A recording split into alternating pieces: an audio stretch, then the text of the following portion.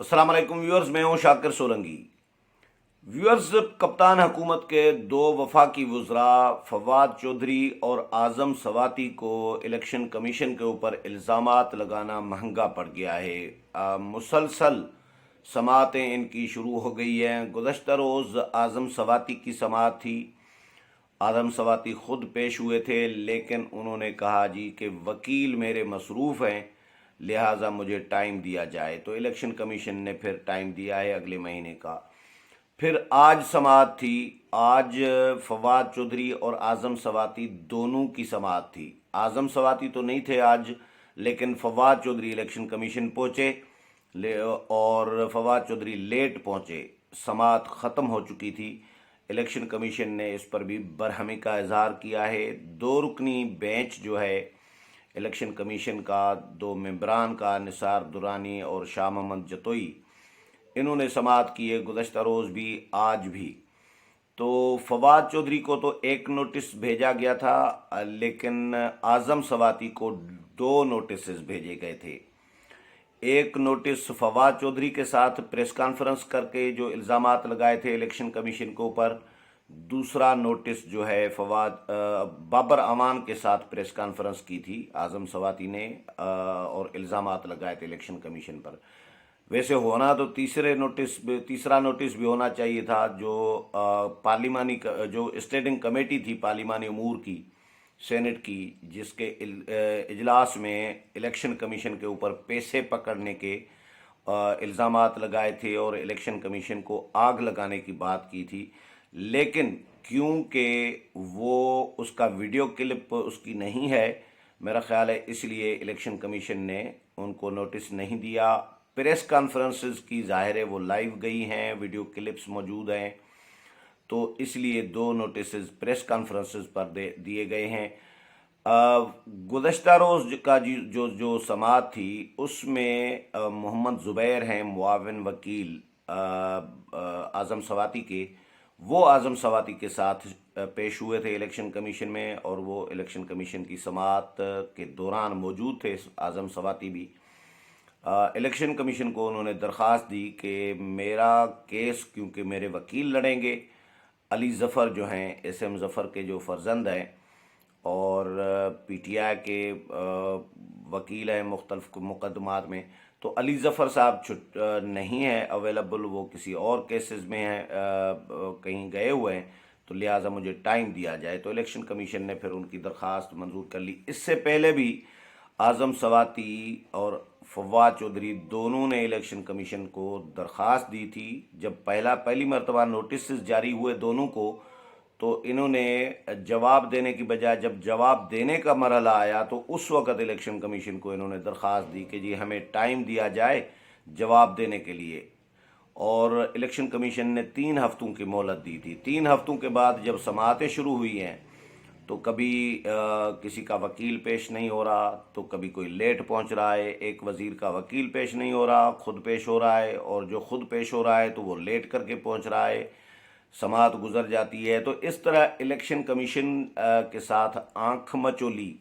کھیلی جا رہی ہے اور کوشش کی جا رہی ہے کہ ٹائم گین کیا جائے، اس کے دوران کچھ اور معاملات ہو جائیں، کوئی صورتحال بدل جائے، کوئی اور کیسز آ جائیں،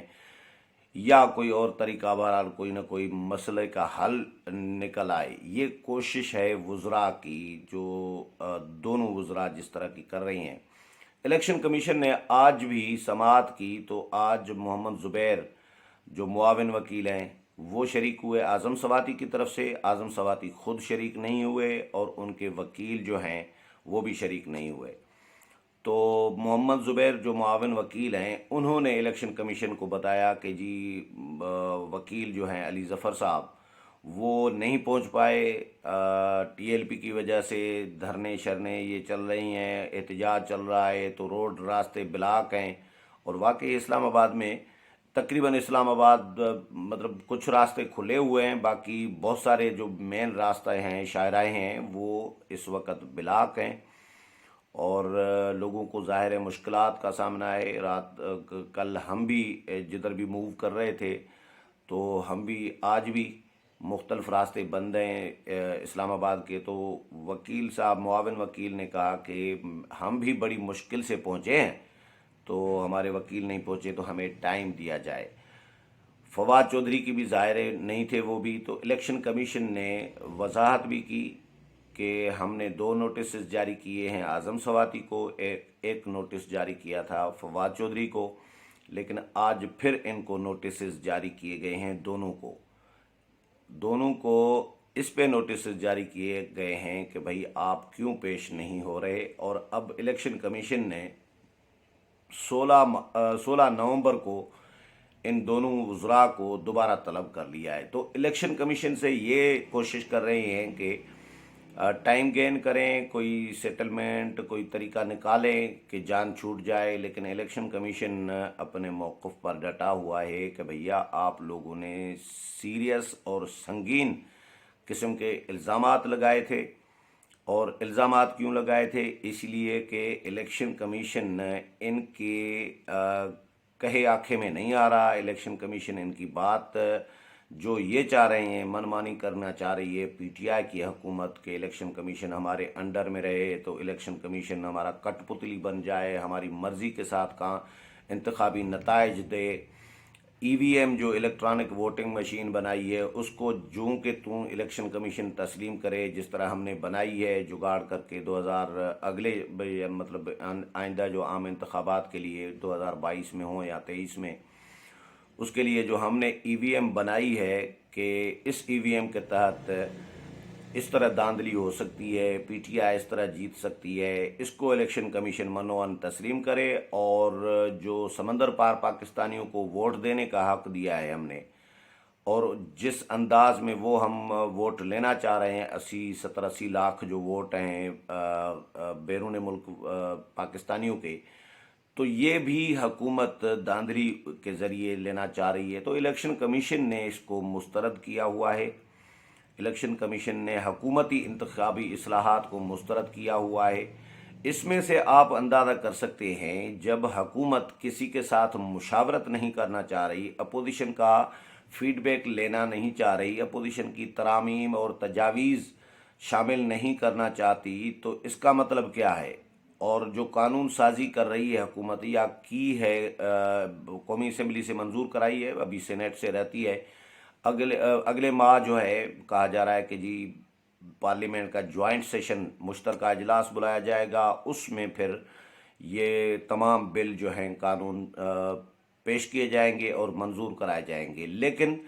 چاہے پارلیمنٹ کے مشترکہ اجلاس سے منظور کرائے، لیکن یہ ہوگا زبردستی والا کام، اپوزیشن اس کو تسلیم کرے گی نہیں،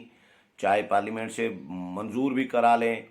کیونکہ اپوزیشن کا اس میں فیڈ بیک نہیں ہے، اپوزیشن کی تجاویز اور ترامیم نہیں ہے، یک طرفہ ایک حکومت نے کام کیا ہوا ہے، زبردستی بلڈوز کر کے یہ پارلیمنٹ کے مشترکہ اجلاس سے منظور کرانا چاہ رہی ہے، اور الیکشن کمیشن کو اپنے ریزرویشن الگ ہیں۔ 37 سوالات election commission electronic voting machine پہ، صرف الیکٹرانک ووٹنگ مشین کے حوالے سے الیکشن کمیشن 37 سوالات اٹھا چکا ہے،